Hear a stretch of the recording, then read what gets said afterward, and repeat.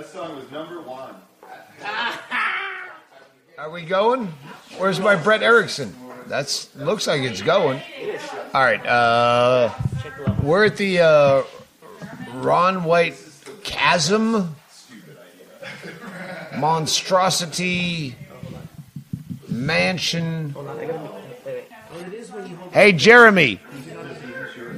Do you think you could find one more ashtray? I found one, but it's up there and they're all smoking. All these non-smokers are smoking out of fear. Whitecotton is here. Brett Erickson is here. Ggreg Chaille's here. Mishka Shubaly is here. Birdcloud is here. And Ron White is here somewhere because we're at his house, so I assume he's here.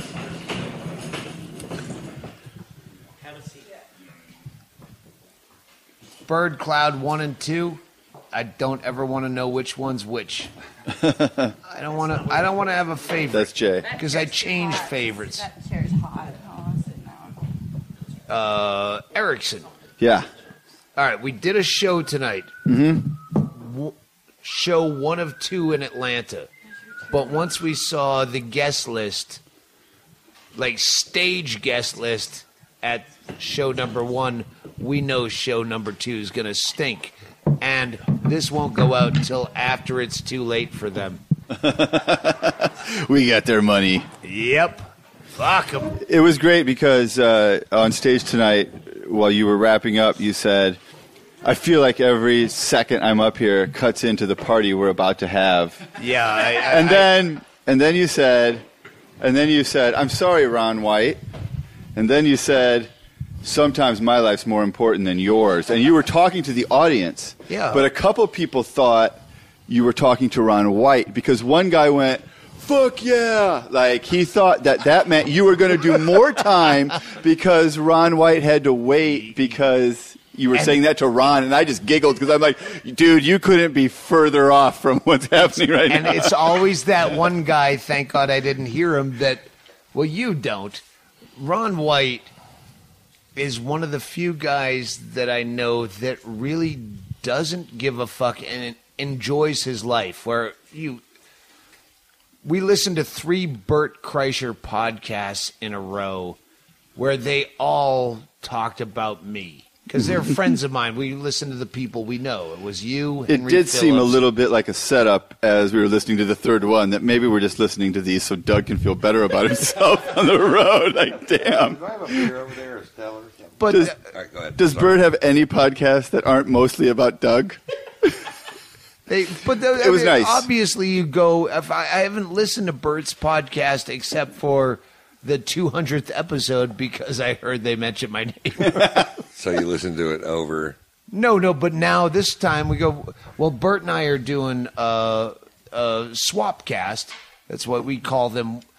It still makes no sense to me when 2 comedians that both have podcasts. Well, you do my podcast, then I'll do your podcast. Well, then just make them both your podcasts. It's Right? Just do it once, Yeah. Yeah, and put it. And then- you both put it out, pot it on out. and no one picks up on that. I forget my point. Well, when we started scrolling Well, through you know why you Bert's... forget your point, Doug? I'll tell you why. It's 1:30 in the morning, so this isn't going to be like that Joe Rogan stuff I did at 4:30 in the afternoon where I'm sober for 2.5 hours, and then we slowly work into a buzz and work into some kind of we're starting off fucked up. I'm just saying. we are starting fucked up, and we have 1 million people. So you live here. This is your mansion. If you can find the shuttle bus to your side of the estate at this hour, yeah, you just duck out, and then Mishka will come in, and Whitecotton, and we're happy that you brought us all the way here. And when I say all the way here, It was a trip. I know. You know what? I got to lie to people to get them to come out here. I do. I got to lie to them. I got to tell them, oh, no, it's just right around the corner. I swear to God. It's not. We're like 50s. Like there's 3 Taco Bells and then take a left, and it's us. I jumped out of... Somehow you had your tour bus pick us up at the club, and you're only here for a night. You just flew in today. No, I rode it on the tour bus. Did you? Hmm? Oh, all right. I didn't understand that. So Yeah, you and took then- the tour bus by yourself, and Jeremy, your faithful Chaille. No, we rented each other at the club, but yeah, we do run a. So you just sat alone on a tour bus. I don't even want to know from where. I want to think No. it's all the way from L.A. I want to think you made your driver Missouri. All right. And actually, I Ubered to the club to see your show, and then From here? from here, and then when I got there, I thought, well, maybe I can get all these people to come back to the house with me, and if I lied to them about how close it is, and I provide world-class transportation in the Tater wagon. So I called and woke up my bus driver, and I said, hey, why don't you come get us? And It worked. and so he came and got us, and here we are. And He seemed freshly roused from bed by the way he drove back into the neighborhood. God, I couldn't figure out what the fuck he was doing. I mean, Jesus, and he's a great bus driver. I can sleep like a baby when that guy's fucking driving. Yeah. And but yeah, I didn't know what. The We fuck got he to a was point where it seemed like we might have to turn around, and there wasn't room enough to turn the Tater wagon around. It was, doing. But we made I it. held a piss for so long. That was like almost an hour drive, I think, Yeah, based on my bladder's memory. and then you That made I it to just- my we shrub. come- This, honestly, and But at this time of night, God, who don't- gives a shit? don't. I love to drop the name, but this place, as far as ostentatious, when you pull up in front, makes the Johnny Depp place because it's kind of hidden.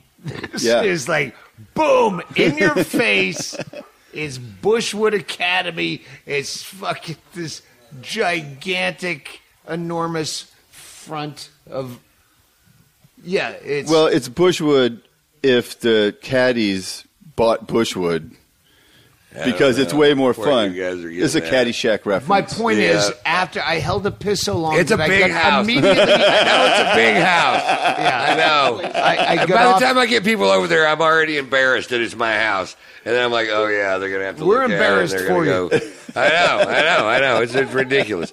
You know what? It was when I was young, I played golf, but I played low-end, shitty golf. And it was my dream my whole life to, Yeah, it was to not even outside be the, a member of a Galveston. nice country club, be a member of any club. You know, just not the shittiest course in town do I have to play. It was the guy that owned the oil fields in outside Galveston, and yeah, it was the shittiest club still to this day that you've ever played. We listen to your Bert Kreischer podcast. We know everything Is this about the golf you. stuff? Yeah, that's why you bought this place. But he said did all the that on- podcast 9 months ago, and we listened to it today, Well, we so our listened to it memory's today. better. Tomorrow, I'll forget all this shit too. Okay, good. All right. Well, okay. I should just freshen myself on that podcast.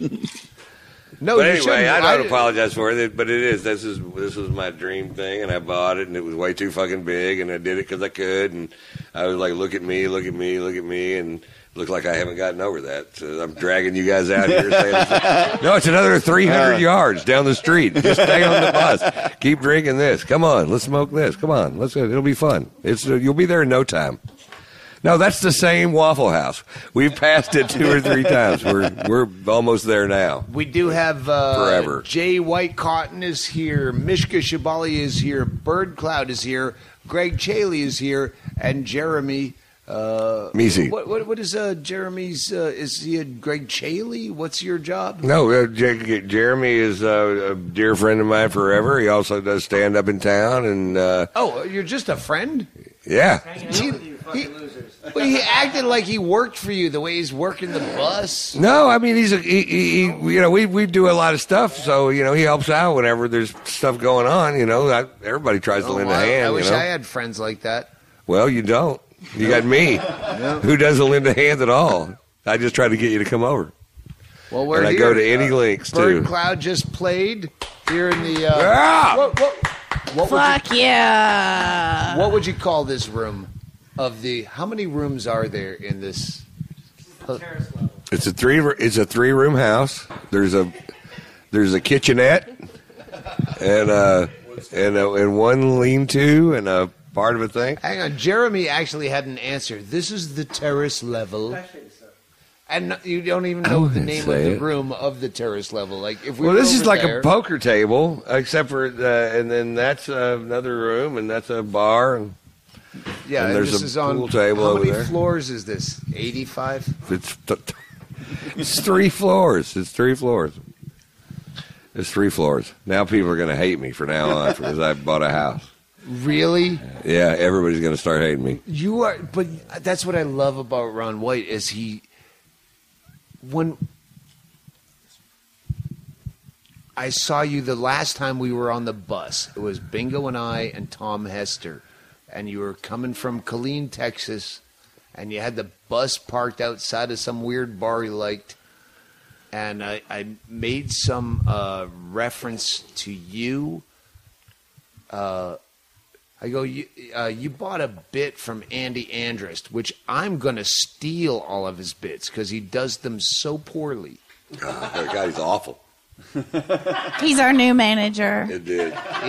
He's going to manage a Birdcloud tour just because they're all fucked up. Birdcloud. We'll get to Birdcloud soon.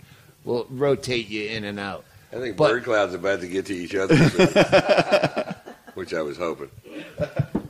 We did an aborted podcast earlier where we tried to do a podcast with Birdcloud early when I was vaguely sober, and so were they, in daylight, and we just go, this is never gonna fucking work. We just ditched it. But what the only part I missed that I want in is where I go, because they just came down for this show to go to IKEA to buy some fucking mismatched furniture or some weird shit. I thought they were just telling me that so I to say that they were gay. I was like, so you don't know, Ron.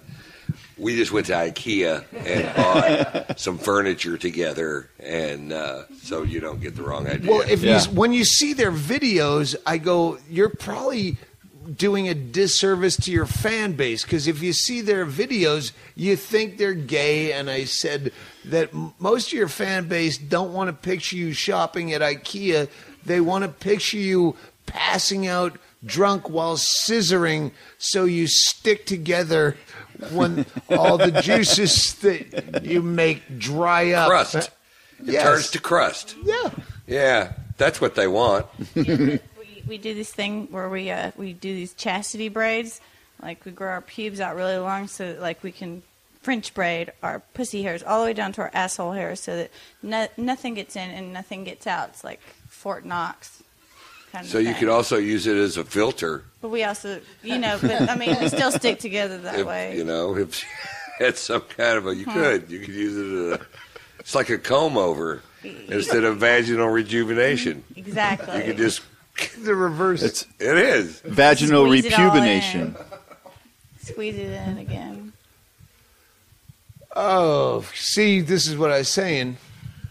this. I have no idea what I was saying.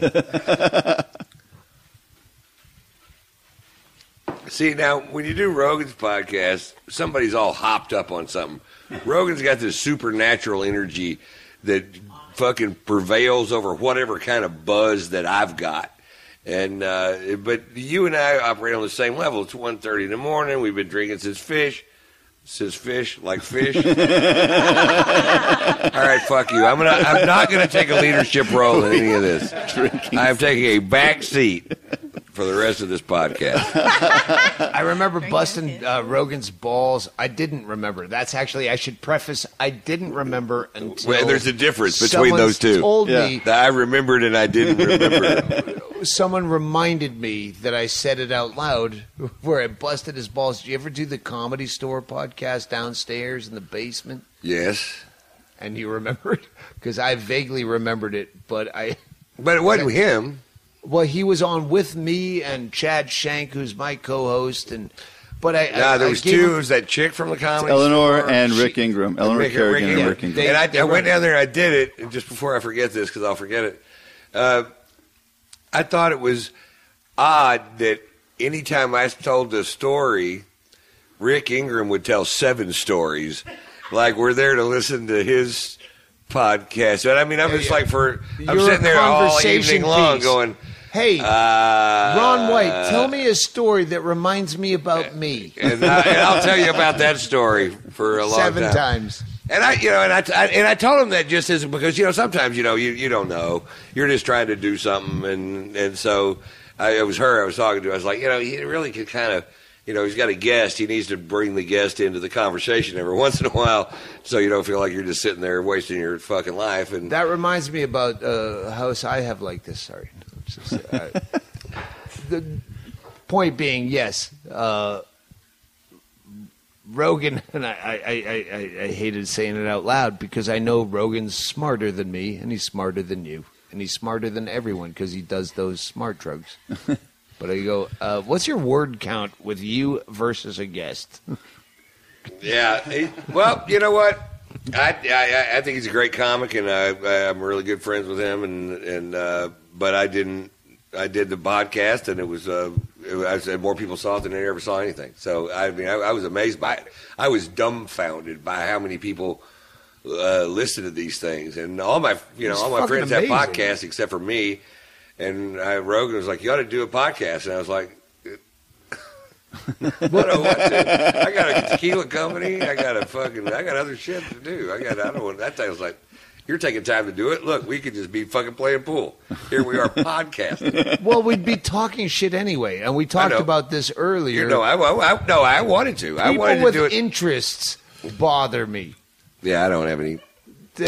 I was talking about. I was fucking with Bill Burr on an earlier podcast this week, where we listened to his. I can't listen to his podcast because all of a sudden I'm talking like him and I'm doing podcasts with that fuck. I was doing that with you tonight. You just did a 10-minute drop-in spot that I forced you to do. And I'm talking like you all of a sudden, Tracy, when you're going to turn loose some of that old pussy. She didn't turn loose any of it. I didn't really want it. And the other part of it is that... How about turning loose some of that old pussy? But it was the pause in the conversation where it's just 3 of us that don't know each other in a comedy condo, and we're just busting balls and talking shit. And she totally was so unfunny.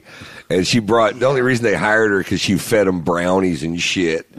And she would go up there with this big trays of brownies going, please hire me again, because she was awful.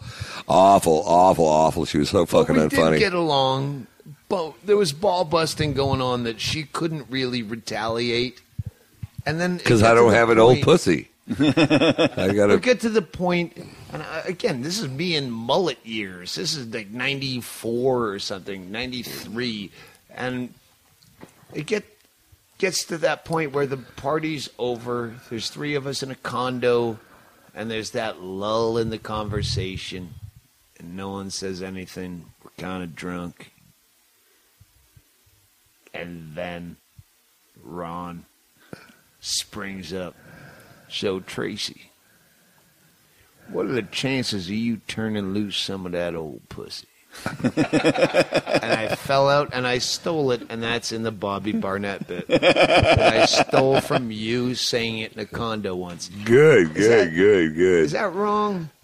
Stealing jokes. Hey, Jay Whitecotton's here. He wants to chime in. Is it wrong to steal jokes from some old coot that's never going to go anywhere? Never going to remember he even said it. Blue collar comedy tour.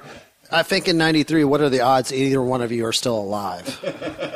Nah, pretty shitty, boy. We were going at it that week. That was like we were like blind fucking. When if she turned loose her pussy, though? How would that change the story? You wouldn't be able to steal it. She was a great big old fat person. And which that doesn't mean I wouldn't have had sex with her. Wait, is this back in her bull riding days, or she was just so unfunny?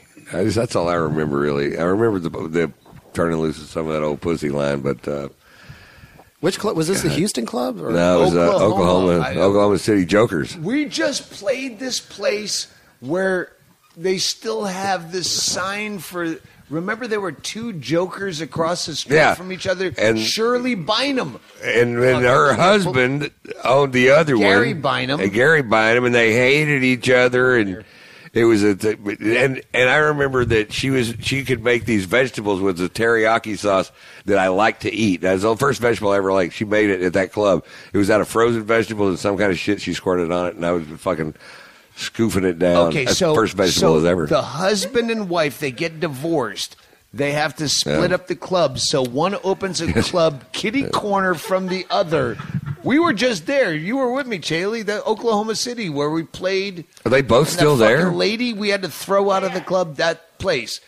I'm like, they still have the sign on the wall, and they would like wave, like they were like one was the comedy shop and one was the comedy shop with 2 P's and an E, or right? Not that. It was one of them got the back sign off the divorce and tried to put it in the front of their building, and they had a couple of things. They had to barkers out front, like comedy over here, comedy. Barkers, yeah, they would like, and they would like flag parking over here. Going to comedy, come over here. Back when comedy was popular the first time, and they would fight. So Shirley Bynum, the one I worked for, was fucking crazed, and they hated each other. It was this. Yeah. We found one of those fat jiggling machines in a thrift store. You know, the belt goes around you from the 1950s, and it was for nothing, like $10. And we bought it and put it in one of the rooms in the comedy condo. For the listener who doesn't know, it's an apartment complex with 2 or 3 bedrooms. Oh yeah, it's the nicest explanation for that. that. We put that in the living room or one of the bedrooms because it was funny. It was falling apart. And later on, she called me and she goes, "Who did this?" She swore it was her ex-husband that had the other comedy club fucking with her. Like, no, we just thought it would be funny to put a 1950s fat jiggler machine in the condo. The original scam. But she was so convinced it was him, and I'm going to get a restraining order. Like, no, I did that. I thought it'd be funny for the next comedians that come in, like they think that's part of a comedy condo is to have a 1950s. But sorry, she turned loose with some of that old pussy. That, Shirley did. Yeah, she was an Amazon woman. Do you remember it's kind of bullshit that you stole that joke, because I really think if you hadn't, Ron could have made something of himself. That was the missing link to my whole career, Doug. I just realized where I went off the tracks is you and Andy Andrist, where you said, I go, Andy gave you one of his bits, and this is back in Austin when we did Mushrooms on Your Bus. Right. And you looked at me, you go, yeah, what I do is I'll take another comic's bit that's really funny, and then I'll take all the teeth out of it so it's not funny anymore, and I'll deliver it to my audience, and they will applaud. It's true. It's actually a little rarer than that, but he had this bit that I just loved, and it was such an obscure piece, and he did it. It was amazing. I could even see the humor in the fucking thing, but it was a beautifully thought out thing inside of this fucked up exterior that really didn't make a lot of sense. So, and I bought it from him, Yeah, I don't want to go into what it is because I just don't want people to know it. Yeah, because I deliver everything like I just thought of it 3 seconds ago. So I don't want to go into the bit, but that's what it was, and it was just a wonderful, very, very innocent, wonderful piece of comedy coming out of a very complex brain, and I really appreciated it, and I saw it. So that's the way you describe your child when he has an affliction. Yeah, right. It's a diverse brain. He's got a super hyped up. Yeah, So far we've heard Andy Andrist described as a complex brain, and the comedy condo described as an apartment building. Yeah. We're being easy on everybody. It's easy night. I like that you admitted that Andy has one good joke and still didn't want to tell it. You didn't even let him have it. I swear, bucket list shit. I want to do a whole Andy Andrist CD of all his bits the way I've worked with him so long, and he nails it. If you watch him 8 nights in a row, he nails that one bit. Sometimes he forgets the setup that makes it make sense. Right. But has 3 new tags he's never said before. And where I can do, when I work with Andy, I follow him, and my first 8 minutes is doing the bits he just did the Correctly. right way. Exactly. So one day I'm just going to fuck with him and put out a whole CD of just Andy Andrist the way it should have been. Yeah. Is it going to be called Dumbing It Up for the Asses? Now, his Dumbing It Down for the Masses was the CD he put out that took the editor a year because To figure it out. He taped a week's worth of shows and then like, how do I... It's not that he taped. I had that CD. It was one of the first CDs I got when I started comedy, and it's just fucking. Jay Whitecotton on the mic. It's recorded like shit. That is the worst sounding CD I've ever heard in my life. Like there's like a Walmart bit he's doing that just sounds like he recorded inside the actual Walmart. Yeah. Well, There's a couple of the club gigs. The quality of the recording, because I'm not going to ever say anything good about that guy. The guy that made it, or Andy? The guy that put that together, yeah. That guy sucked ass. That fucking thing is a travesty. Well, I'll just back away. I have nothing to gain or lose, but I know that editing that sound quality, who gives a shit? I'll be on your side, but I know how fucking off kilter every night was. Where Andy, I'll take his side on this one only. Fuck, just cut in on me when I'm stuttering. No, I was gonna. I got, you know what? I when he was telling me about this bit, he was I didn't have any weed, and he said, "Oh, I got some weed." So he spends an hour going through this huge backpack, just going through, and every once in a while he'd find like a quarter of a crumb of pot, and he was just kind of collecting that into one pile. And I'm like, this isn't what you were talking about when you said you had some fucking weed, is it, dude? And but he scrapes it all together, and even though that's all he has, he's certainly willing to share it, you know, and tell stories. I don't even know that I ever talked to him before or again. I would love to try to do my version of what I remember of that bit. It's been a long time versus what your bit. Oh, good Lord. It's like, mine's like a Gerber product. Yeah, it has nothing to do with that. Yeah, I think your version's probably different. Yeah. I don't mean to interrupt, but I would like to take this opportunity to announce that Andy and I are doing shows in June together and in Andy, Montana and Idaho. So come out and see us do comedy. Then Andy will be. Why don't you do that together? Birdcloud. They're more than welcome to join us, but we don't have any money. As a manager. Poor Birdcloud, no money for Birdcloud. No, I don't mean for that. I mean, no, they just like him. He's going to be our pretend manager. Pretend manager. Okay, yeah. I'm not joking. Andy and I are really doing shows together in June. No, we would love it if people came to the I'm really shows. sorry. It's going to be Andy and I on a whole run through the Northwest. So please come see it, because we're going to be begging for people to be there. And again, like Doug said, you have to see Andy do all 12 of the shows if you want to get the jokes. So buy tickets to all of the shows of the tour. Hang on, let's take a quick break and back after this. And here's the telltale sign we're going into ad copy.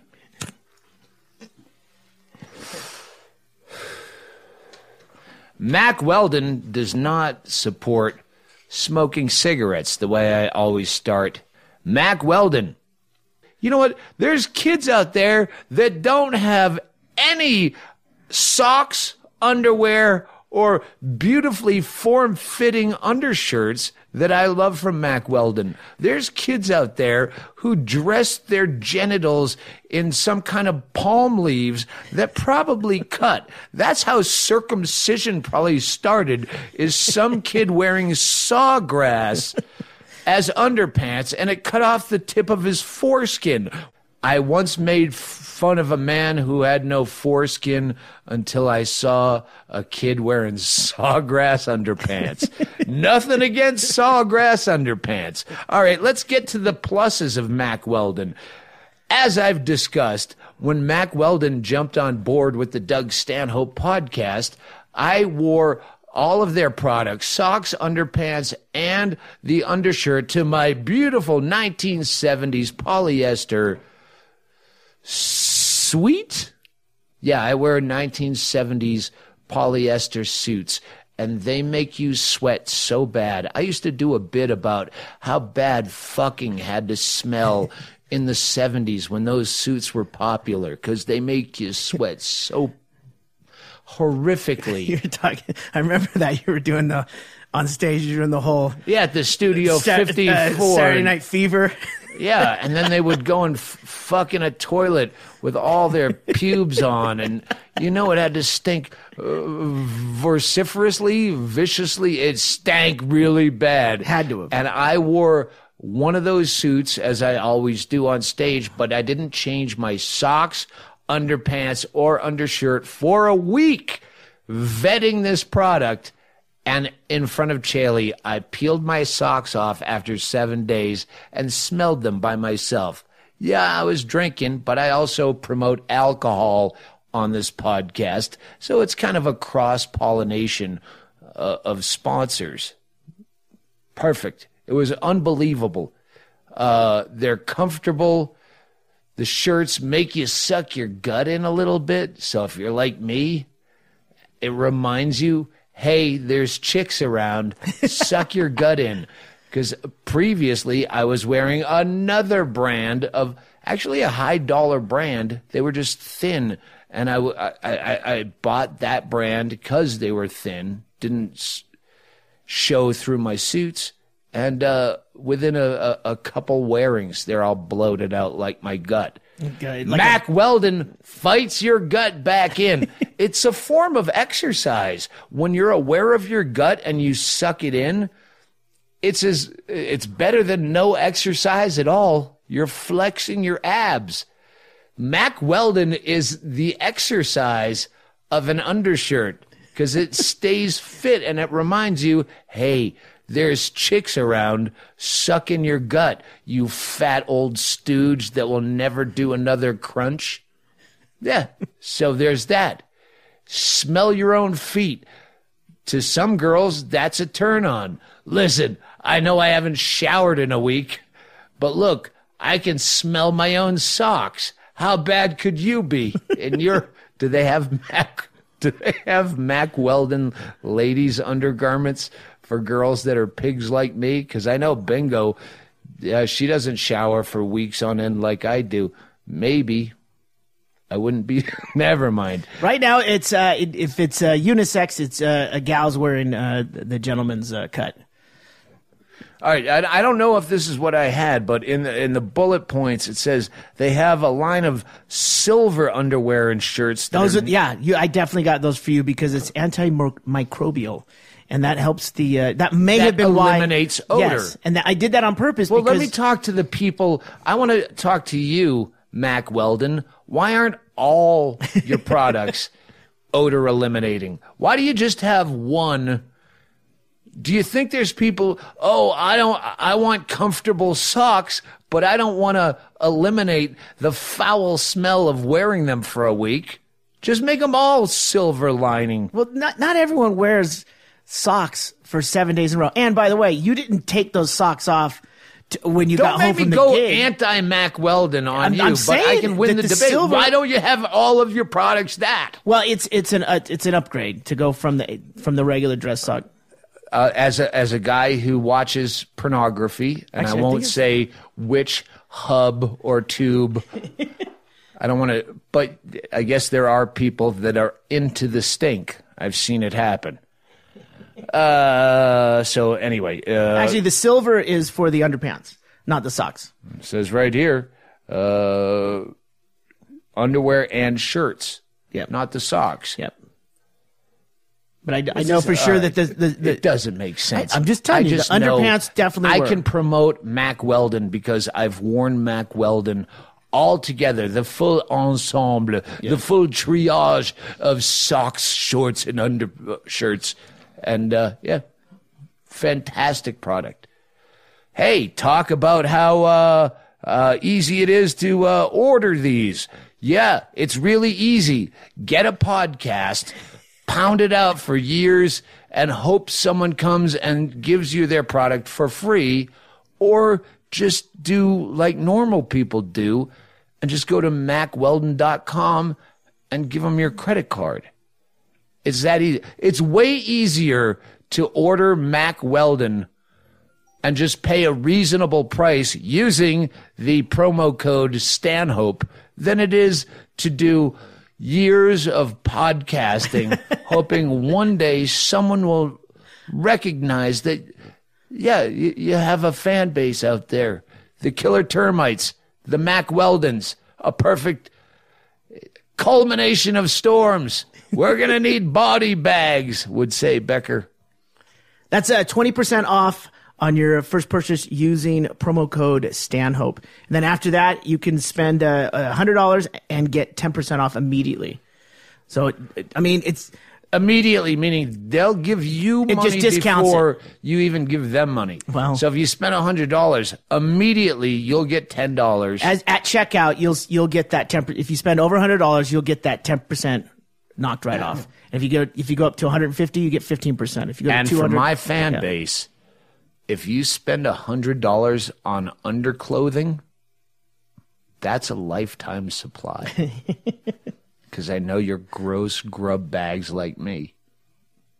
And yeah, one shower a year with your life expectancy, go for the full Monty. Get $100 worth. And if you don't like it, full refund.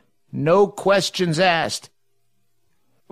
See, again, I'm against Mack Weldon on this. Wouldn't you ask at least a couple questions? Like, oh, what was wrong? What can we do better? That's like say, oh, hey, I bought $100 worth. Well, 90 technically, because I got that $10 off. Yeah. I didn't like it. Oh, we get it. Obviously, you didn't like it. We don't ask questions. Anyway, I'm trying to be pro my audience and pro Mack Weldon. I used to do this when I would see a commercial, like a car company. Our boss went out of town and we ordered too much inventory. So now we're passing the savings on to you. Don't tell crazy Charlie when he gets back from Jamaica that we were giving you these kind of discounts. And I'd call the car lot and go, hey, I'd like to apply for the position of the new purchasing agent. Of what? Well, no, I saw your commercial and you ordered too much inventory when the boss was away, so I assume someone's getting fired. Someone got sacked, for sure. Yeah. Well, you know what? When I take over Mack Weldon, as is our whole Trump-like theme for every commercial we do, we're trying to figure out how to do corporate takeovers. So when we're Mack Weldon and it's called Ggreg Chaille underpants or Chad Shank socks, you call me and you want a refund, I'm going to ask some questions because Shank or Chaille, they're getting sacked. And we're going to get fucking Derek or Kenny in here to take over the Kenny socks. Derek underpants, Kanopka shirts. You get my point. I'd stay with the name. Mack Weldon. You've already got branding. All right. Well, I'll just, you know what? Fuck Kenny and fuck Derek. I could tell either one of them that their new name is Mack Weldon and they're just shut up and take it. And they're just going to look at their shoes and take it. Because otherwise, they get no more free plastic handled jug Canadian Club whiskey. Not in my funhouse. Not here. Not ever. Hey, go to MackWeldon.com and get 20% off using promo code Stanhope. Can you spell it? If you can't, you don't deserve the underpants. Mack Weldon, a better way to wear underpants. God damn it, I get all of these catchphrases confused. Hey, we're back. Andy is in the top 3 funniest human beings, just like at the table, around the clock, funniest people, with Joey Diaz and Matt Becker. I've always said Andy is the funniest guy to the gig and leaving back to the condo or the hotel. It's what happens at the show. It doesn't matter. It's funny on the way there and on the way back. I can vouch for. I got an Andy story. Austin. I think it was the first Moon Tower Comedy Festival. He booked himself, not in the festival. He booked like the 40-seater theater, had about 8 people come out, did his show, got fucking wasted, and then showed up at the Stephen H. Austin Hotel where all the Moon Tower people are hanging out and just took over. Just started ordering drinks off Rich Miller's bar tab. The festival Good. and everyone just letting him just go. It's like he's charming as fuck. I don't know how he can get away with it, but I'm sure it's slowly killing him. Yeah. The Rich Miller combination. It's in the book. With He's trying to goad me into telling a story where there's 2 comedy festivals. The first one's in the last book where you stood up for me when it went haywire, and in the next book is Montreal where you gave me your laminate and that fucking cunt Bruce Hills. Yeah, right. I had no idea how much they hated you. I had no idea. I mean, I didn't give a shit. I mean, you're my friend, so I don't give a fuck. I don't go by what anybody else thinks about you, but what I think about you. Had my back. Yeah. Well, fuck, no reason you can't come in. It's a laminate, for fuck's sake. Nobody takes them seriously. They fucking take them serious down there. Well, when he continued to lose this argument over and over, and I was shit-faced.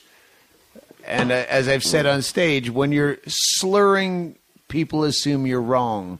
But but you're not. No, not necessarily, you're not. 2 + 2 = 4. He's drunk. He doesn't know what he's talking about. Oh, sorry. Well, that's in the first book, Chicago. I was on a fucking tear. And I never understood that set. Renee had just got her face pounded in by the cops, and we had to go during that festival straight from the arrest to try to get she had a cracked facial bone, whatever not orbital, but the sinus, whatever, the lower. Anyway. This is hitting a hot chick too. This. And not like there's a difference, but I'm just saying. I went up on stage one night where I just found a football helmet in the back because it was an improv group usually plays there, and I put on a football helmet and I just did my whole set of fuck cops. It was just hate. There was no jokes. And it was, and the thing is, I mean, everybody knows that was there. Everybody knows that you were the best comic in the room. But for some reason, you took a path that walked the whole room. Everybody left, and he was defying them to leave. And fuck you, motherfuckers. You were at the last show. I wasn't even at the worst one. No, you were at the worst one. That was really bad. But the worst one was the closing. I was the headliner for the closing set. And there was a bachelorette party at Zany's in downtown Chicago, front row, and I was just snapping, and I stole the bachelorette's hat or something. Yeah. The Dick Tiara, or I don't know, but I stole it off her head and told them to go fuck themselves, and then I left, and they're like chasing management around to get their hat back, and then they wanted their $50 back. Everyone walked out. Whatever. Then I have to go back to the finale party and sit with Ron White, where nobody will talk to me. I don't have a bad set. I don't know, Birdcloud. If you've ever had a bad set, I can't. It wasn't as bad as this one. If you've ever had We've had real bad sets, yeah. Where no one will talk to you? Oh, yeah. We played in Sioux Falls, South Dakota, and it was, the janitor bought a CD. and nobody clapped, and I just like made fun of all these like. You've been talking about washing your big pussy, and if nobody laughs at that, you're really gonna go, "Oh, they had a lot of kids." I don't know what their problem is up there, but they didn't like it, and so it just made us even more like turned on stage. We just like spread our bat wings out and just like really like settle into this like, oh well, if people really hate us, then we're really gonna fucking get the fuck off on it. So it was good. It was good. But where the other artists wouldn't even talk to you. Like, have you ever had that show where the other acts? Lots of times, yeah. Wow. But that's, I thought your show was fantastic. I thought it was hilarious and sexy and fun, and I thought it was great. Thanks. What'd you think of Birdcloud? Birdcloud. That's what it was. Stop Birdcloud. talking about Fred Erickson. Yeah. So anyway, it was that night. No one would talk to me. It's the closing night. And I go to the closing party because I don't give a fuck. Yeah, no. You had made that really clear, like an eighth of the way into that set, that you didn't give a fuck. And I'm like, well, I kind of thought it was funny, but anyway, it's just. But you sat there, and you were the only guy that would talk to me of all the comics because I had just put a black stain on my entire persona. And you sat with me, and I gave you advice. I remember that. Yeah. I remember telling you that, as we heard on that podcast, that story you tell. This is way before Blue Con. Yeah, way before. Yeah. Oh yeah, I got paid $100 to do that festival, and the check bounced. That swear to God, and to this day, I have not been recouped my $100 for that fucking. And I did one set with. I did some big shows. I did one with Gaffigan, and I was opening for him. And then for a while, he would have been opening for me, and then I would have been opening for him again. And that's the way it ended for the rest of our lives.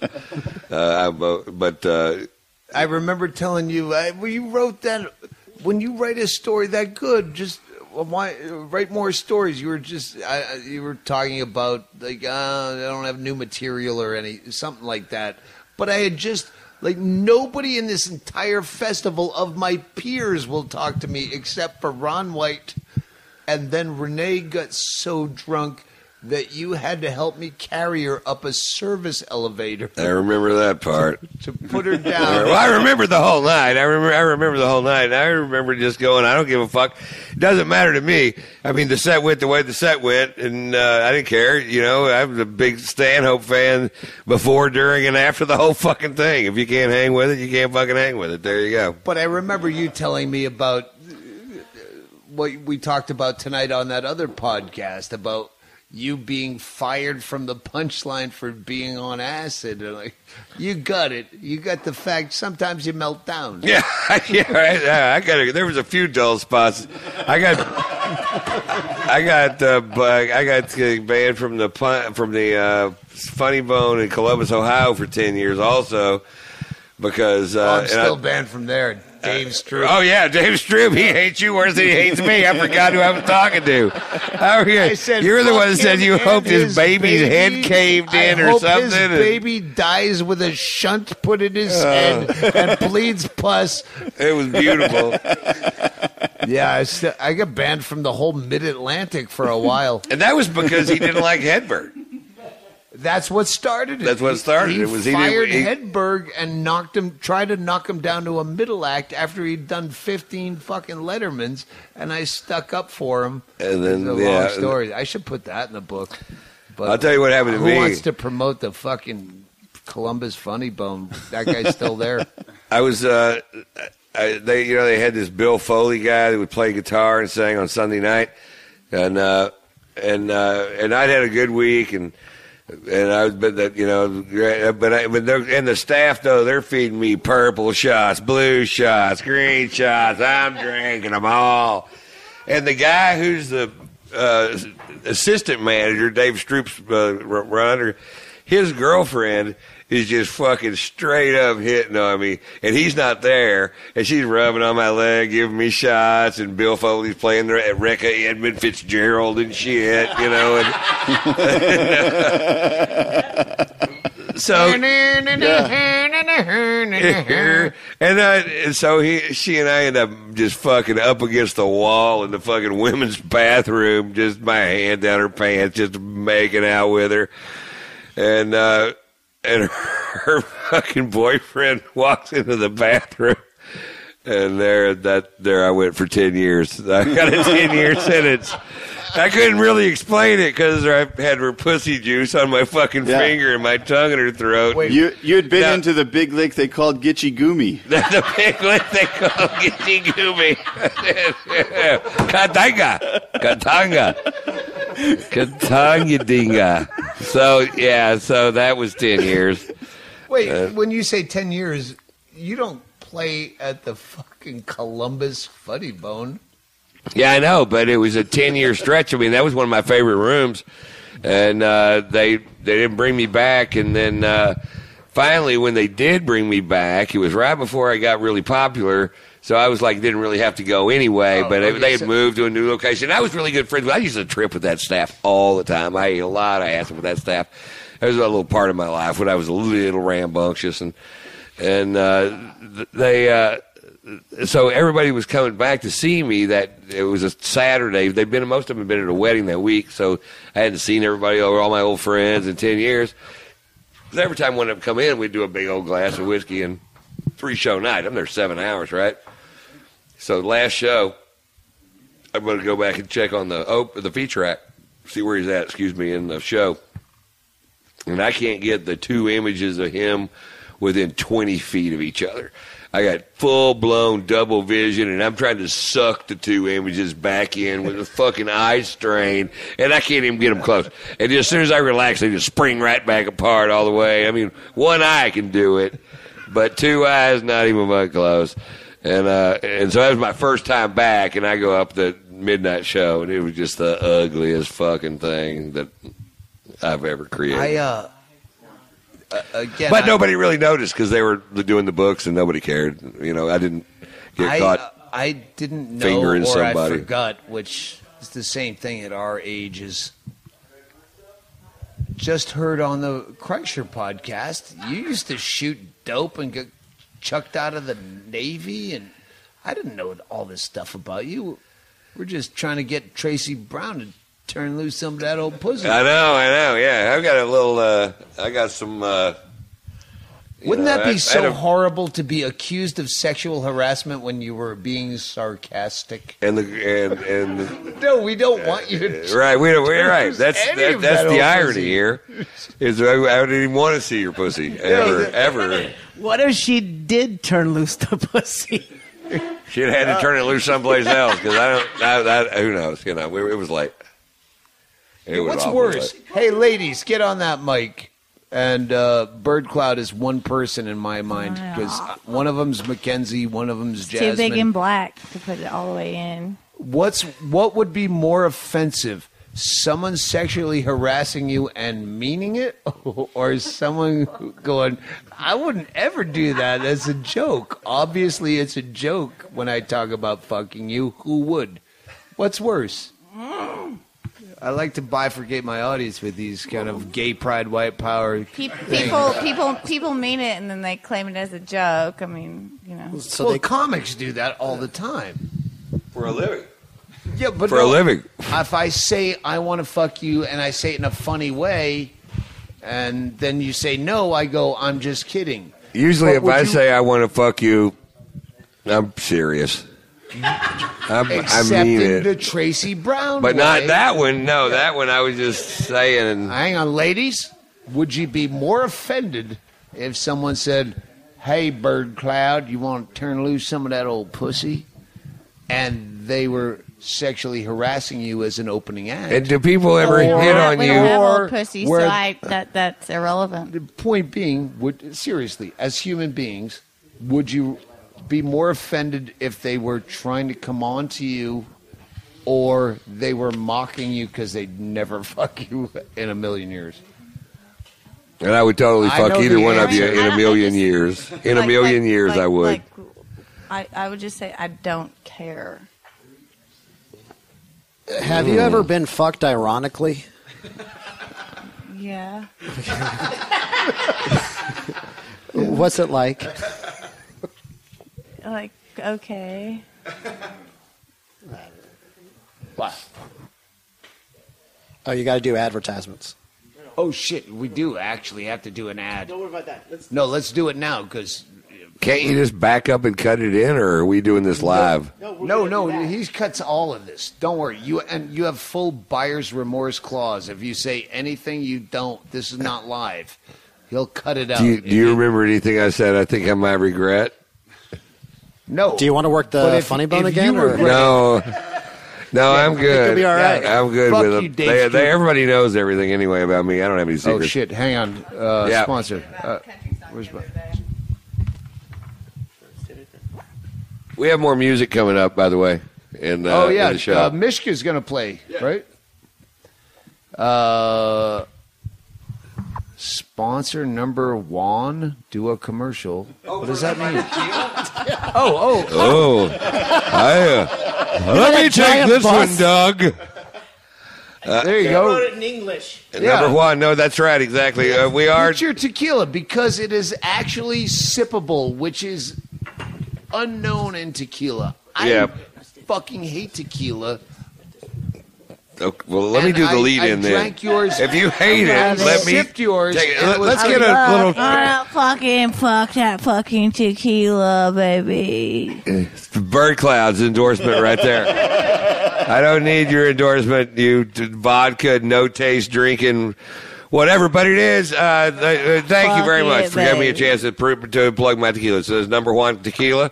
You can go to taterstequila.com. We'll send it to your house. You have to give us money, and then it'll prove to be the best drink of liquor you've ever had in your life of any kind. And I've never lied to you ever. Ron, tater salad white.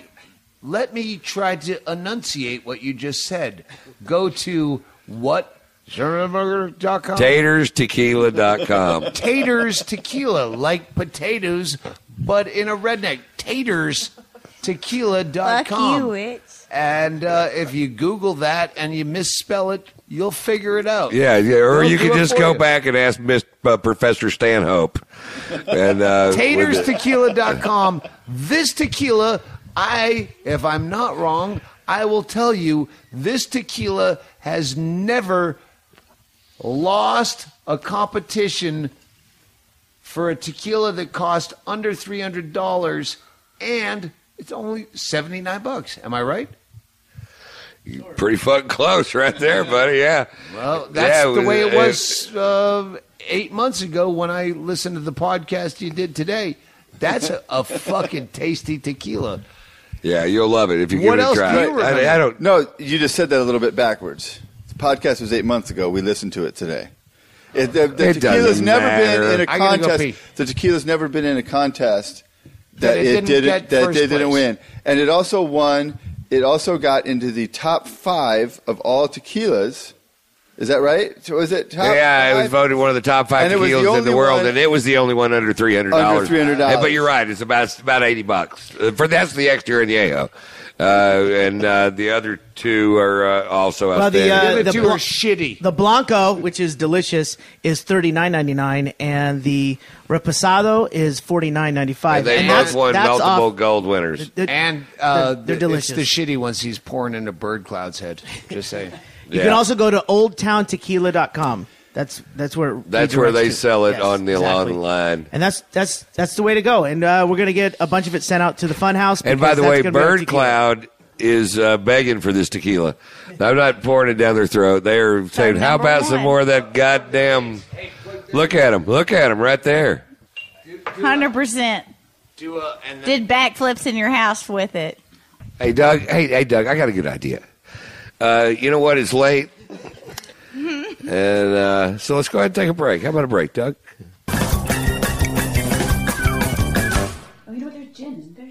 Okay, go Always gin. Gin, somehow we get off of gin. Gin, we had a moment, like a month of gin fizzes, and It's more than a moment. but yeah, It was a while. Yeah. and then then it went into Negronis. That's what Negronis ruined us. I still Negronis. get emails about Negronis. Hey, or not emails, but tweets where people go, "Hey, thanks, Doug Stanhope, having a Negroni at a bar with a picture of their Negroni." And we go, rarely. It's just, it's a killer. What's a killer? Negronis.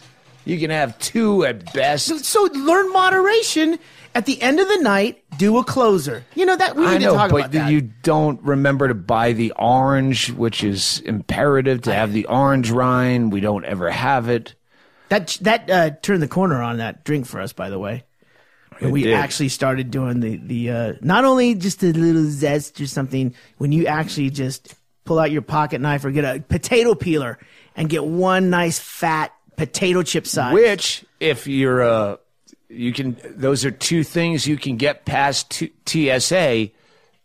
Is orange is not really liquid, as much as a human being isn't liquid. Even though you're 98% water, you can get yourself through TSA. So if you can get an orange, which is probably more than 98% more than 3 liquid. ounces of liquid, probably from an orange. Absolutely, if you squeeze If it you hard squeeze enough. it right. Yep. This is a plug I don't even need to sell. You give me a fucking million bullet points. I know. But Audible, I can't sell hard enough. I don't know how to use it because I'm challenged technologically. Is that right? Technologically? All right. Audible, shut up. Audible, I don't even need to sell because I grew up in my early road years listening to books on tape, back when you'd have to rent them out of a truck stop and they were on cassette tape and then DVD, where I go, well, I don't have DVD. I only have the cassette tape. Do you have this? And books on tape just changed the road. And back then, I was traveling 8 hours between gigs in a day. But you guys, you fuckheads in L.A. and New York or wherever, in metropolises, Chicago, you spend like an hour and 15 minutes every day in and out of work. Each way. Angry, honking your horn, and nothing will change your day like listening to books on tape. And now it's easy for you, now that you're young and you can figure out all these Well, they don't have that anymore. Audible's taken over the whole thing. I know. I'm saying people today know how to use iPods and podcasts. I don't know what you've listened to it on. Chaille does. That's why he has a job. I listen to nonfiction. I like to listen to any kind of dirty rock and roll comedians, nonfiction, but they have whatever you like. You want to listen to 50 Shades of Fuck Me and masturbate in your Fiat. Yeah, you can listen to that in traffic. You're not yelling at traffic anymore. You're going, oh, I hope traffic gets a little bit more congested so I can hear the end of this before I have to get to my graveyard shift at a fucking call center. You enjoy sitting in traffic. We've done this with podcasts of our friends, and we've done this with Audible, where you're listening to a book with me, autobiographies, biographies, you with whatever you want to listen to, a fucking Louis L'Amour Western. Probably Audible has it. Oh my God, no, I've never even thought about that. Those I usually like the one I was listening to was the John Ronson before we got it to the Duff McKagan, and you guys were like, we want to rock and roll, and then that's I love John Ronson, Yes. but with all due respect to Audible, because his voice, there's a reason that I had Chad Shank do most of my last book on Audible, and the next one, hopefully all of it, unless it's something specific where you need my voice. John Ronson has a voice that you feel like you've been molested. No. Can I say that? I love listening to his voice. I've got and three, everyone in the car shouted you down. I know, Everyone I in know. the tour van But said, I have 3 books by him that I haven't listened to yet that I ordered. he's one of the only authors that I've read 3 books of. Once I listened to a little bit, I felt like there was an E.T.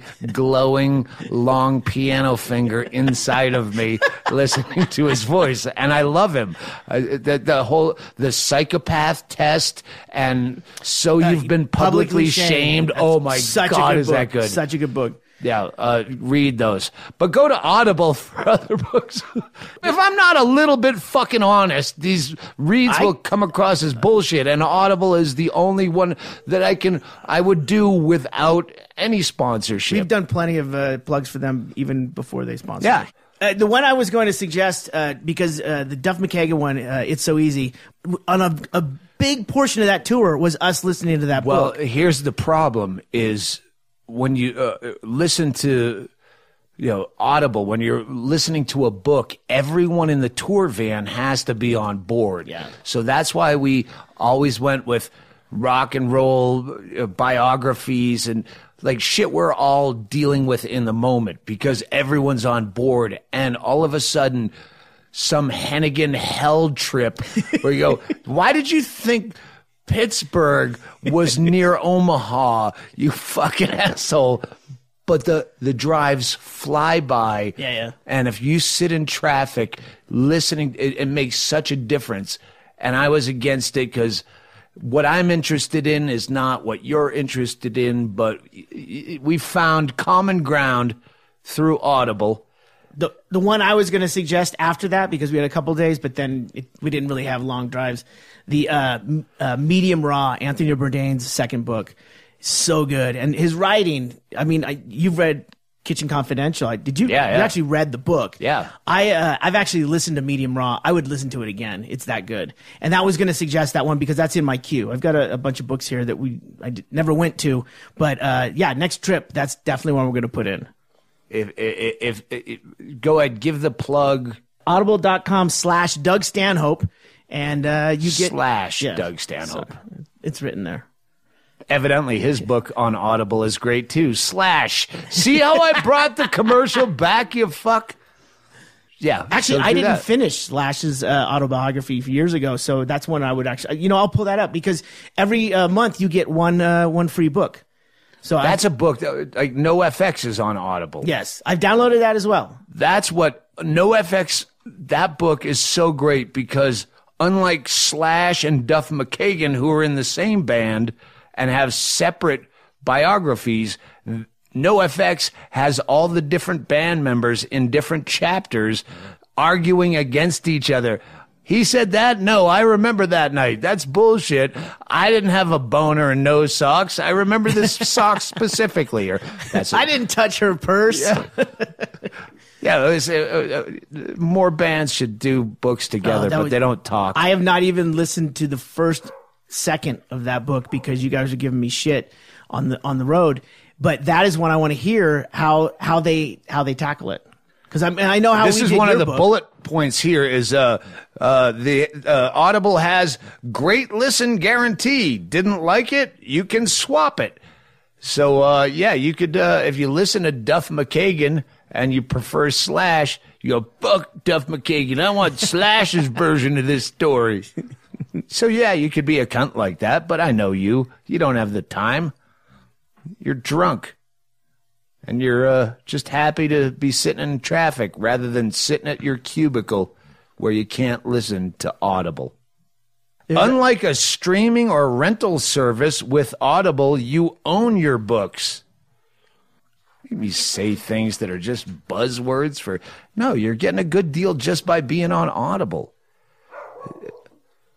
If you don't like Audible, go to library.com and they'll stamp your book. And if it's late, they'll come after you for late fees well into your student loan years or far over. There's Audible or nothing. Audible or just buy a book read it into your pocket tape recorder, and then listen to you read a book. Or get Audible and use the... / Doug Stanhope. Oh, / Doug Stanhope. Yeah. Fuck, I always forget my first name when we're on the podcast. But you get a 30-day free trial, and that's audible.com / Doug Stanhope. 30-day free trial. Check it out. Hey, honey, listen. Hey, we're on the air in the middle of a read. So, do you know how to read a book? Or would you prefer to listen to it on Audible? Well, I'd love to listen to it on Audible. Did you read my book? Yes, I did. No, I you... read the dedication. She read the dedication to her. But you're not going to read a book. But you would listen to that book on Audible, wouldn't you? I sure I would. All right. Well, there you go. Are you doing a podcast right now, you bugger? Yeah, I'm doing a podcast right now. Do I usually make you drop plugs during a general conversation? Okay, call me when you're done. All right. I love you. Bye. Okay. That's Amy Bingo Bingaman. Even fresh out of a coma and brain damage, she could still listen to a book on Audible. It would have to be about her, because that's how Bingo works. Or as long as a greeting card. Yeah. Yeah, she read my Audible book, but she only read the dedication to her and then quit after a long time. It took her like 3 days to read the 5 sentences I wrote. Anyway, Audible, belabor the point.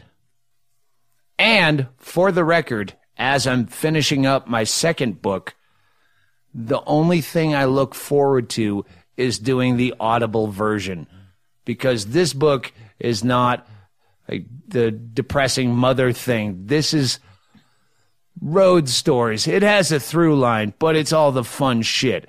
And as I'm writing it, I can't wait to try to get all of these people on the Audible version, because if you listen to the Audible version of the last one, we would stop what I wrote and have the person that I'm talking about on the Audible version. And I think we broke new ground doing that. Then, hey, Patricia, here's where I wrote about fucking you in the ass with your head hanging out of a Holiday Inn in Chicago out of a window so I could smoke while I...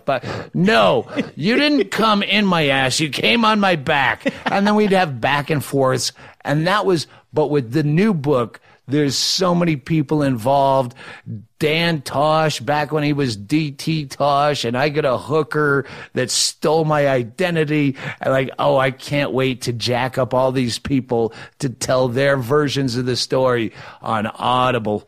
And, yeah, we should charge Audible a lot more this time, because this is going to be the fucking best Audible book ever.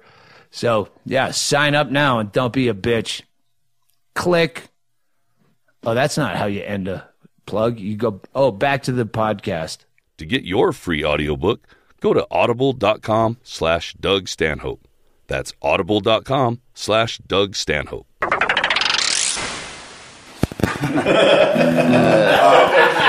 There was when I was writing the Mother book, there's a song that he has, the Hoarder song that just... so fucking dark. The darker. Come on. Yeah. Okay, play it. Right. Play it. He works hard. One more, then we'll go back to talking into these mics. The girl's got to play a song. Oh, yeah. Story about the song. Oh, yeah. It's a perfect Hoarder song.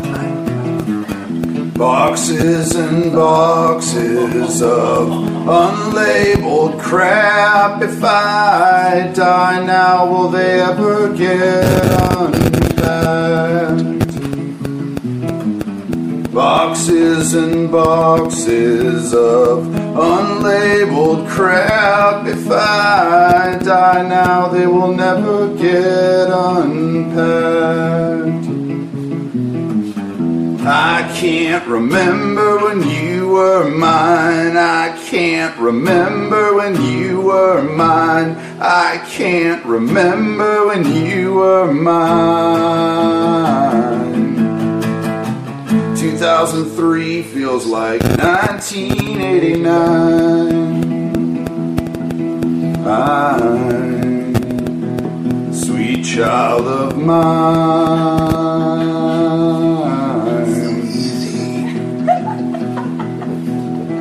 And that nightstand I built for you, is it lonely for me alone in your bedroom?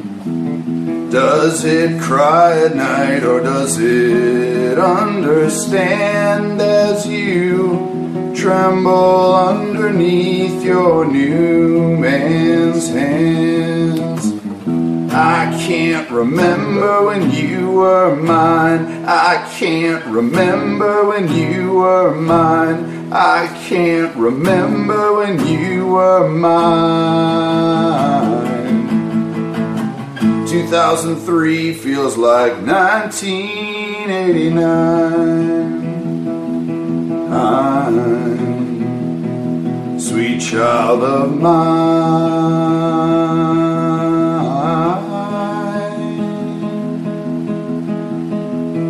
All those messages that you've been receiving that I can't remember leaving. It's a small relief still. It's a good thing. You're deleting without listening. They disappear like pennies down a wishing well. Tiny good intentions on the road to hell. But I'll go bankrupt and that well will overflow before you'll forgive me and let me come home. I can't remember when you were mine. No, I can't remember when you were mine. No, I can't remember when you were mine.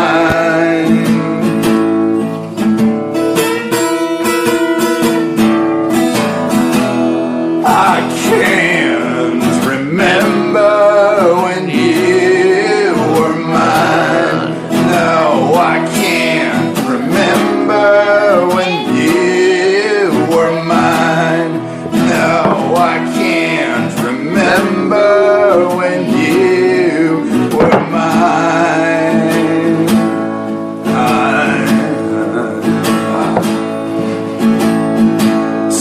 2003 feels like 1989. Oh, sweet child of mine. That's from Mishka's album. We have killed you. Sweet child of mine.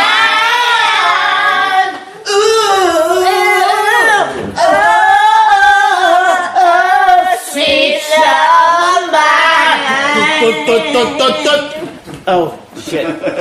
That's me and you, Chaille.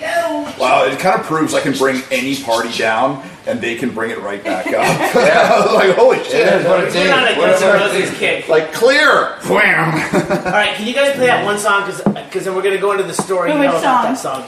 Well, I want damn. to just quickly, since I see the red lights on, That we're done, or when still going? well, no, you're done whenever you leave. I'm staying here. We'll They have a very good story about We'll the song figure they're out gonna do. bedrooms. We can walk around and find out where to fall down. Don't worry. Yeah, there's yeah. this stairs, the next stairs. There's Yeah, we'll find it. our room is right up here at the end of the hall. Yeah. Lock your door and then we're You fine. guys find the rest of them. Yeah, don't I got the worry. green tape. We did it on the thing.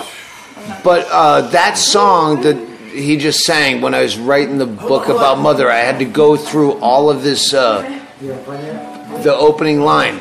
Boxes and boxes of unlabeled crap, where that song was in my head in a loop the entire time I wrote that first book, where I was just going through shit trying to figure out all that stuff. So, yeah. I loved it. That's the best review I've ever heard, which was, if there's such a thing as being too honest, Doug Stanhope is achieved it with this book. Okay, cool. That's why. Yep. I no longer do recovery drugs, so there's not a big pile of blow somewhere that we all pull out of this fucking bud. You guys should just stand right there, actually. We took Adderall to Yeah. Do you want to get up Can you for stand the up? show. Yeah, let's do that. Fall down. Have you like right next to it? Yeah, we normally Figure out how to stand get up the bug out of there tomorrow. like Oh, stand up tomorrow, what you do, 3 feet back. sleep or, in Just as late as you want, and I'll have the bus come back over here and get everybody and haul them back out. It's easy as that. Sounds good. Ready? We get a 7 Hey, p.m. you're flight gonna on start. Wednesday. Hey, can I smoke? Yeah, right, that doesn't even come into play. How many cigars do you have? Huh? How many cigars do you have? How many do I have? Can I have a cigar? I've got hardly any left. cigar do you like? I just like smoke like. Ron, there's one right here. Ron. Okay. Okay, here we go. Let's boogie woogie. See that little those cabinets right over there? She That's a smokes it through humidor. her pussy and blows Oh. rings out So of her asshole. that's full of cigars. Oh yeah, I know. It's a I trick. know what She's had that to is. smoke in her asshole. Okay. But you'll love this one. This is one that David off makes for me. All right, let's We call it the prestige. all right, let's boogie woogie, or let's get retarded like the Black Eyed Peas say. Right, 1, 2, ready, go.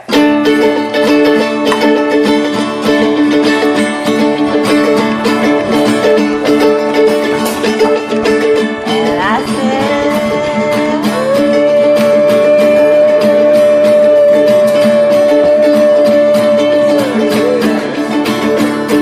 oh, honey, look at the moon, it's a beautiful night, and you said, sure is. It kinda looks like an uppercase D in the sky, what do you think? It sure does. And you ain't got enough damn sense to stay out of the rain. There must be something severely wrong with your brain. I'm not funny looking, but I love you just the same. Alright, come on. You're so goddamn fucking dumb. You're so goddamn fucking dumb. Honey, would you like me to fix you up a special treat? And you said, woo! 'Cause it's a Mountain Dew popsicle with a sprinkler of stick. Yeah, honey, that sounds good. And you ain't got enough damn sense to stay out of the rain. There must be something severely wrong with your brain. Someone said your mama must have took some Accutane. Alright, come on. You're so goddamn fucking dumb. You're so goddamn fucking dumb. You're so goddamn fucking dumb.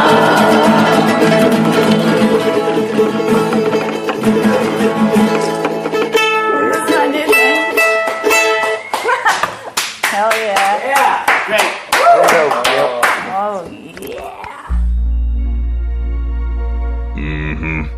I like biscuits and mustard.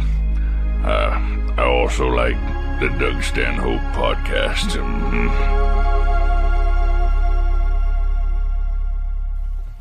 All right, we're back from God knows what.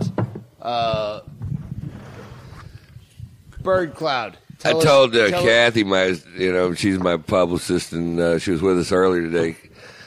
And she said, "Well, I want to go hang out with you guys." And I'm like,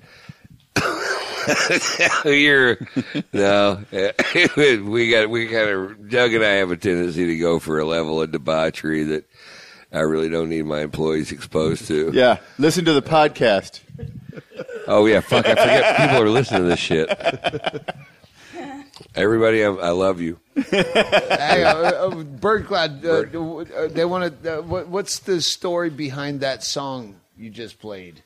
The dumb song. Eat the mic. That song. We were hungover, and that song took us 13 hours to write. Actually, but go ahead, Jazz.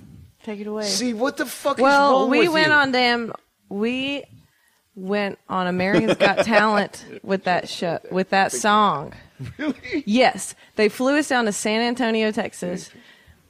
We knew we were going down as sacrificial lambs. We knew that it wasn't going to be good. But we didn't know that we weren't going to be provided any fucking security, and that they weren't going to fucking they were going to treat us like fucking shit the whole time. Everything was like it was bullshit. Like we went down there and we knew we were going to be the losers. Okay, like we knew that they didn't want to love us at all. So I mean. So we go down there and we do all this shit and bunch of dance moms. But we smuggled in like a pint of Jim Beam and or a fifth. It was a fifth. It was a fifth. It was a fifth of Jim Beam, and the way we did it was I stuck it in my jacket pocket or my jacket sleeve, and then I took my jacket off and I laid it down on the thing for this woman to wand us, and then she threw her jacket just nonchalantly on top of mine, and then we just walked in with this fucking fifth of fucking Beam. So we go on there second to last. The X's are just lighting up under our feet. We're looking at each other just let's keep going. And we get to but before that we were we're the oldest people there, and they're like, why the goddamn fuck are you here? Like dance moms that are our age, with they had kids and they're 13. By the way, you're 31 and we're not talking about it. Well, you were just talking about it. I mean, Yeah, you but act like you're talking to like you just turned 62 33. or something. Yeah. You're young. anyone listening. The youngest ones in the old. room. We're 32. I would imagine collectively. the two most We're fuckable 32. chicks in You're- the whole fucking thing. You're the I would youngest imagine one. that. You're the youngest ones in the room because Mishka's By girlfriend far. isn't here. But, Oh yeah, why does Ron White have an age limit too? The X's? Because he has a 14-year-old girlfriend that didn't make the trip. the X's are flying up under our feet. And by the time Who were the real judges? Yeah, or okay, were so Stern, stand-in? Howard Stern. So I can't the third say shit X about Stern. I know. Yeah. He's my I hero. know. The third X loves you. comes He up. hates me. Mackenzie's He pissed. hates us. He hates me too. Me and Jazz are sitting there like lace fingers, holding hands. Fucking Howard Stern is you think you're shock jocks or whatever. I'm the king of that shit, and you're doing a really piss poor job of it. And we're just well, we're not at all trying to be anything like you, we're just Heidi Klum has her fingers in her ears. She's like, is it over? Please tell me it's over. I'm like, fuck you, bacon neck. man. That's a bitch. compliment. That's a compliment. Fucking yeah, raw yeah. bacon neck, Klum. bitch. Scary Spice. What does Klum do? It's none of her. Who knows? I don't She's know. a fucking model. She washes that She's big old married pussy, to- is what she she's does. married to fucking Shade or Seal. Seal. Shade. Shade. Shade. Sade. Hey, I gotta throwing tell you, they're not Seal. married anymore. Seal quit fucking her. And Scary Spice, you know what? She doesn't have respect from her peers like you do. Like you do, because here we are, respecting you on even as we. Absolutely. Yeah, you like it or you don't. And, Right. They don't. Well, but what happened was And we're Children really, liked her. the audience Children, got out. small the problem children. was we were second to last. So then the last one was a very well loved drag queen performance. But we got out at the same time as the audience. As soon as we were done, they were like, "Get out of here!" And we got out at the same time as the audience. We had just got booed by 2,500 people in the theater. How many did it hold? like, 2,000. I mean, it was 25, packed out. I mean, 40. I don't know if you've ever been booed like that, but it was real. it was really exact. It was really hurt. It was really. I've walked almost that many. It was like I wanted to like come and I wanted to cry and like I wanted to like go hide and I wanted to get drunk and I wanted to like go high five everybody. Like it was just really bizarre. You've come to the perfect house in Swanee, Georgia. Oh, we're still in the same state after this fucking we're still there. We're still fucking rape drive. So, You ever been to a So we wooded get out area? at the same time as the crowd, and we're walking out with our instruments, and they start booing us on the way to the fucking hotel shuttle. And they start like actually harassing us, sexually harassing us, fucking losing their fucking minds, like freaking the fuck out, being violent, and we're running our assholes off to the shuttle where all the fucking like fat moms are getting on the thing, and we're like, oh my god. So we go back to like where the cheerleaders' moms are, and they're just like fucking like not having it. This one mom and daughter came up and they're like, I thought y'all were real cool. We're like, hell yeah. I love Honey Boo Boo. So it Chaille, a little bit like listen, that. you didn't hear how this started, and this is going to be your most horrific editing job. If you want to put this together, is how we started before the show. Yeah. Speaking of editing. That was my comment earlier. Indigestion. So this MTV pilot. Yeah, we did it. We did a MTV. Why would you? Well, you're the one who said, why don't we do a before and after? And you just went ballistic the way you were supposed to do when I was kind of sober and trying to focus on a show. And you go, You don't do the daddy role very good, Doug. You know, it's fun Be our to dad, watch Ron you try White. to take responsibility for something. It's really kind of funny, but you know, you're a smartest guy, and although you can't prove it on paper, really smart fella. But you got your glasses on, you got a tie, a coat, or not? You don't have a coat on, but you seem so serious sometimes, and like you're taking. You're like taking responsibility for people even drunker than you. Like you're leading us to some place that we could be. Earlier today, we tried to do it. The ladies will tell you. Yeah. We tried to do a sober a version of this because You did a bad job. they were We're really hungover. yanking teeth. trying to get them to go out of their little. No, that's why trying they've to been get 'em going. to talk Give us more into a tequila, Ron. We want to microphone." get trashed And I and go, do this I right. know Tequila that- is tops. We'll pee on you. Tops. Please. They're kind of tops when it comes to peeing. Like honestly, better than R. They're more Kelly. peers than Ron, peas. you have no idea how we do this. It's usually with a lot of liquor.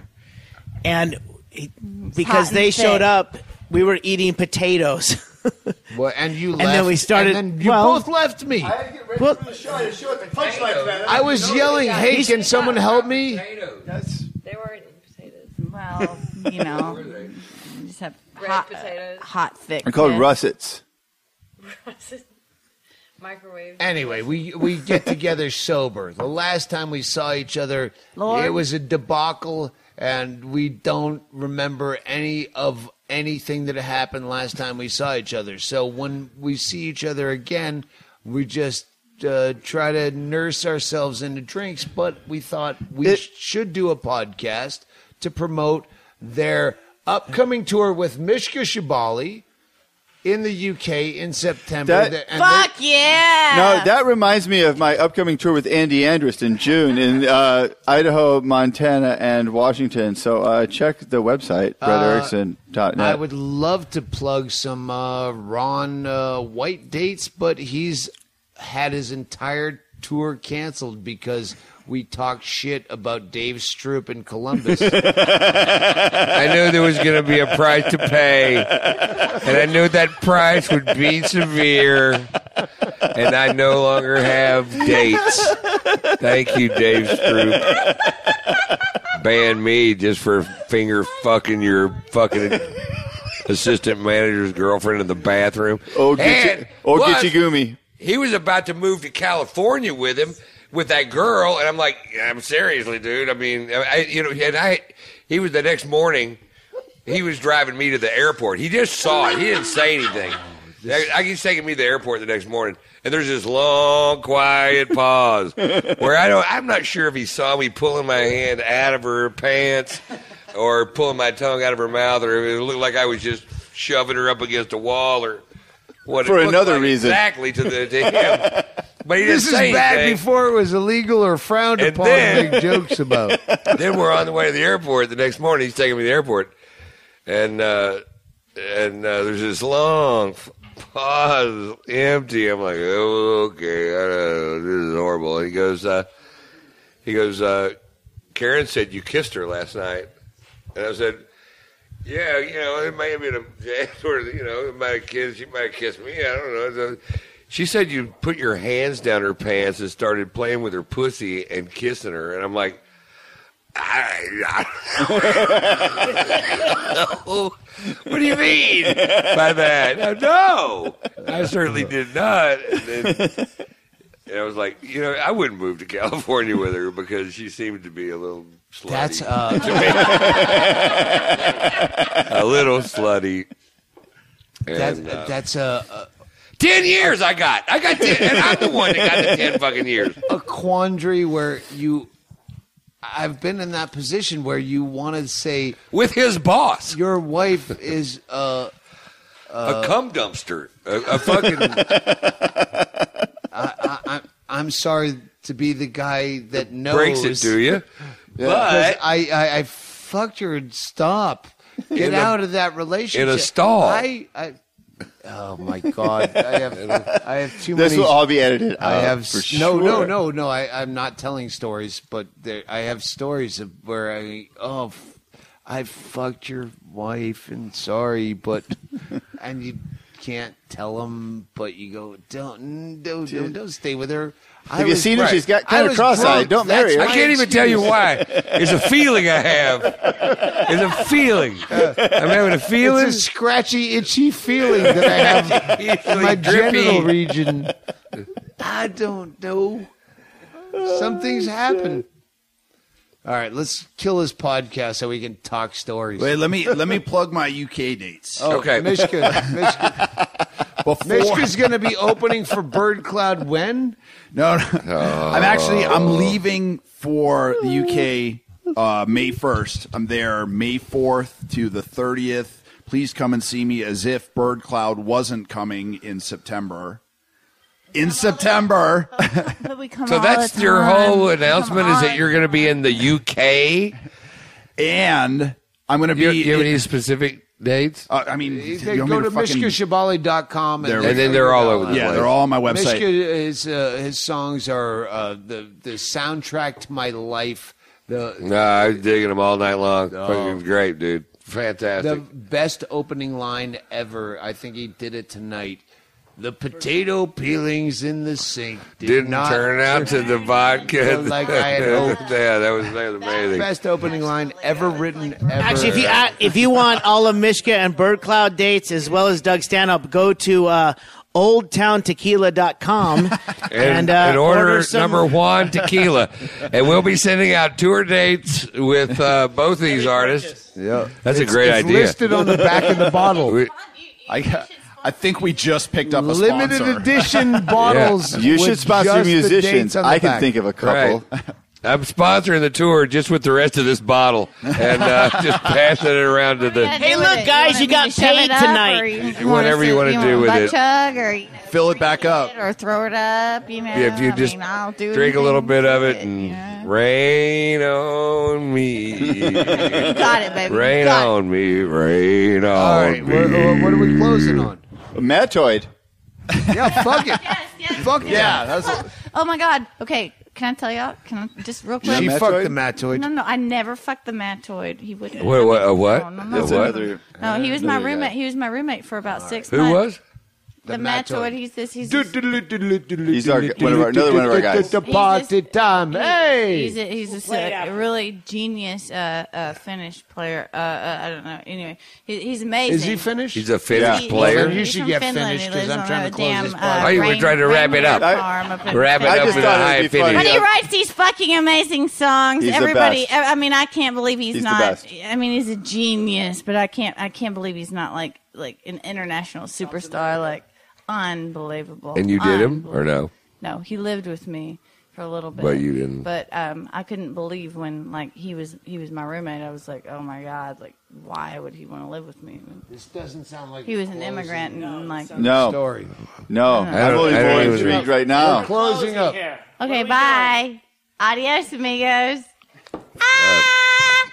She fucked the Mattoid. Oh yeah, she did. You totally fucked him. I can tell. I got to fucking the Mattoid. I can tell. He walked in on me with my vibrator one time. That was the closest. Hey, you want me? I'll close it by singing. If I wanted to fuck someone, I would fuck the Mattoid because it'd be so weird. I'm gonna close this I'm gonna close it by singing a Tim Wilson song. Me and Billy Gardell carried Tim Wilson to his grave. This is a perfect song. It's 60 seconds long. There's hope.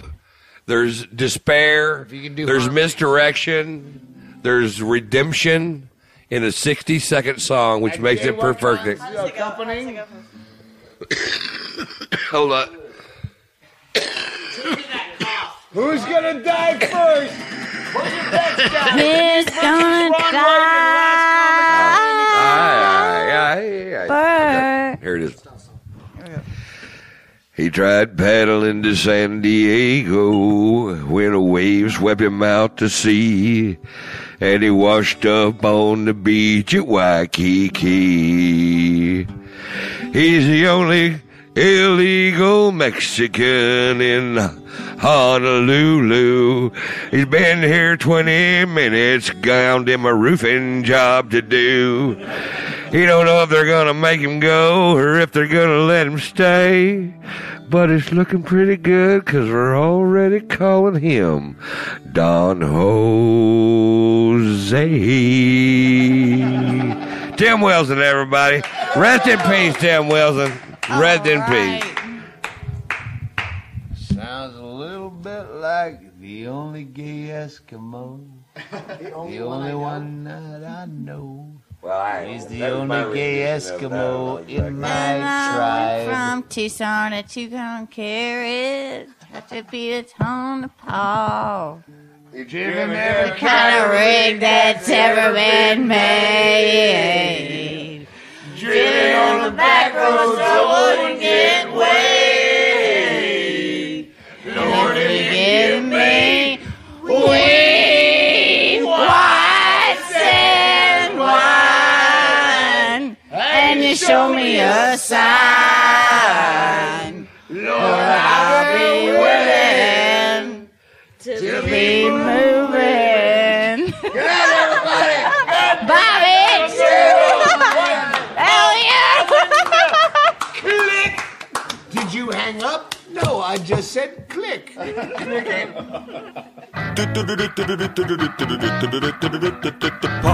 time.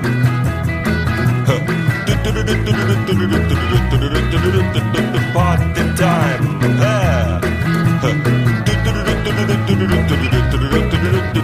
Party time.